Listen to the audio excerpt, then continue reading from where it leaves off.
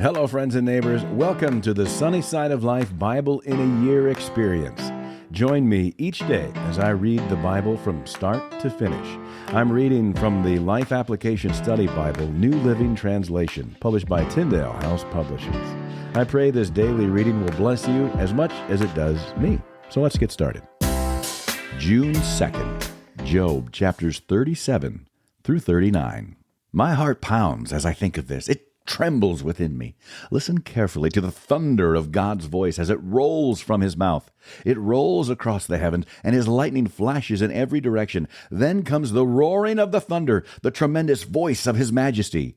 He does not restrain it when he speaks. God's voice is glorious in the thunder. We can't even imagine the greatness of his power. He directs the snow to fall on the earth and tells the rain to pour down. Then everyone stops working so they can watch his power. The wild animals take cover and stay inside their dens. The stormy wind comes from its chamber, and the driving winds bring the cold. God's breath sends the ice, freezing wide expanses of water. He loads the clouds with moisture, and they flash with his lightning. The clouds churn about at his direction. They do whatever he commands throughout the earth.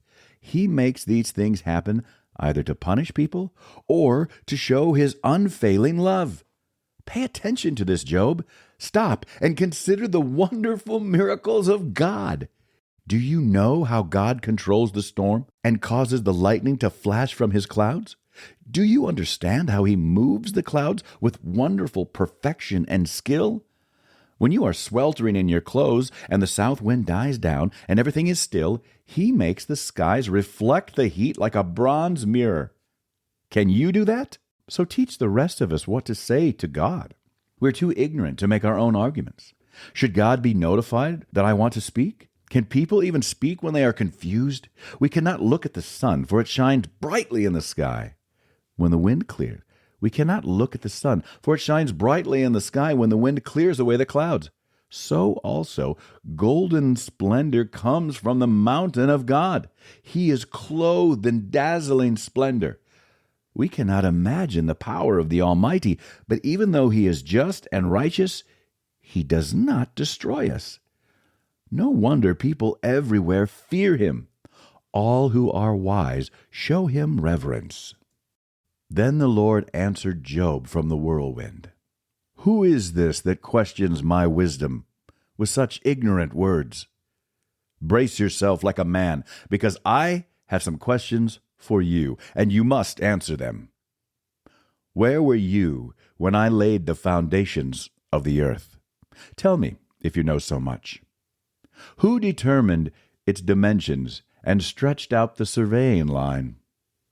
What supports its foundations, and who laid its cornerstone, as the morning stars sang together, and all the angels shouted for joy? Who kept the sea inside its boundaries, as it burst from the womb, and as I clothed it with clouds, and wrapped it in thick darkness? For I locked it behind barred gates, limiting its shores. I said, this far, and no farther will you come. Here your proud waves must stop.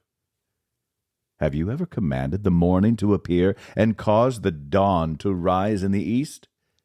Have you made daylight spread to the ends of the earth to bring an end to the night's wickedness? As the light approaches, the earth takes shape like clay pressed beneath a seal.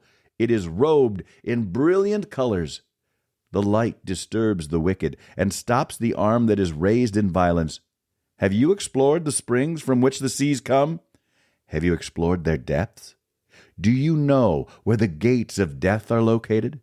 Have you seen the gates of utter gloom? Do you realize the extent of the earth? Tell me about it if you know. Where does light come from? And where does darkness go? Can you take each to its home? Do you know how to get there? But of course you know all this. For you were born before it was all created, and you are so very experienced. Have you visited the storehouse of the snow, or seen the storehouses of hail? I have reserved them as weapons for the time of trouble, for the day of battle and war. Where is the path to the source of light? Where is the home of the east wind? Who created a channel for the torrents of rain? Who laid out the path for the lightning? Who makes the rain fall on barren land, in a desert where no one lives? Who sends rain to satisfy the parched ground and make the tender grass spring up? Does the rain have a father? Who gives birth to the dew? Who is the mother of the ice? Who gives birth to the frost from the heavens? For the water turns to ice as hard as rock, and the surface of the water freezes. Can you direct the movement of the stars, binding the cluster of the Pleiades, or loosening the cords of Orion?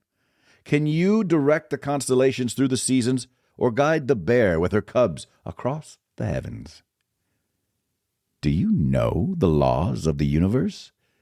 Can you use them to regulate the earth? Can you shout to the clouds and make it rain? Can you make lightning appear and cause it to strike as you direct? Who gives intuition to the heart and instinct to the mind? Who is wise enough to count all the clouds?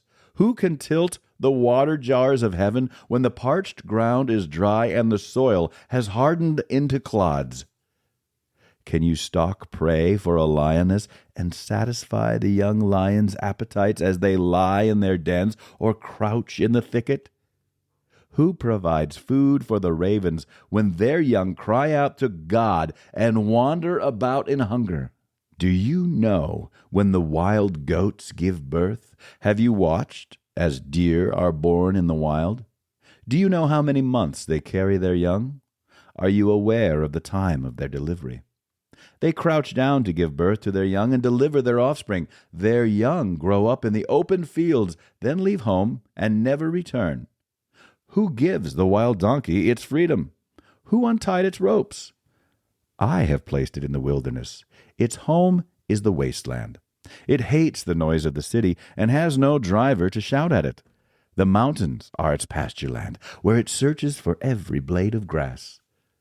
Will the wild ox consent to being tamed? Will it spend the night in your stall? Can you hitch a wild ox to a plow? Will it plow a field for you? Given its strength, can you trust it? Can you leave and trust the ox to do your work? Can you rely on it to bring home your grain and deliver it to your threshing floor? The ostrich flaps her wings grandly, but they are no match for the feathers of the stork. She lays her eggs on top of the earth, letting them be warmed in the dust. She doesn't worry that a foot might crush them or a wild animal might destroy them. She is harsh toward her young, as if they were not her own. She doesn't care if they die, for God has deprived her of wisdom. He has given her no understanding, but whenever she jumps up to run, she passes the swiftest horse with its rider. Have you given the horse its strength, or clothed its neck with a flowing mane? Did you give it the ability to leap like a locust? Its majestic snorting is terrifying. It paws the earth and rejoices in its strength when it charges out to battle. It laughs at fear and is unafraid. It does not run from the sword. The arrows rattle against it, and the spear and javelin flash. It paws the ground fiercely and rushes forward into battle when the ram's horn blows. It snorts at the sound of the horn. It senses the battle in the distance. It quivers at the captain's commands and the noise of battle. Is it your wisdom that makes the hawk soar and spread its wings toward the south? Is it your command that the eagle rises to the heights to make its nest?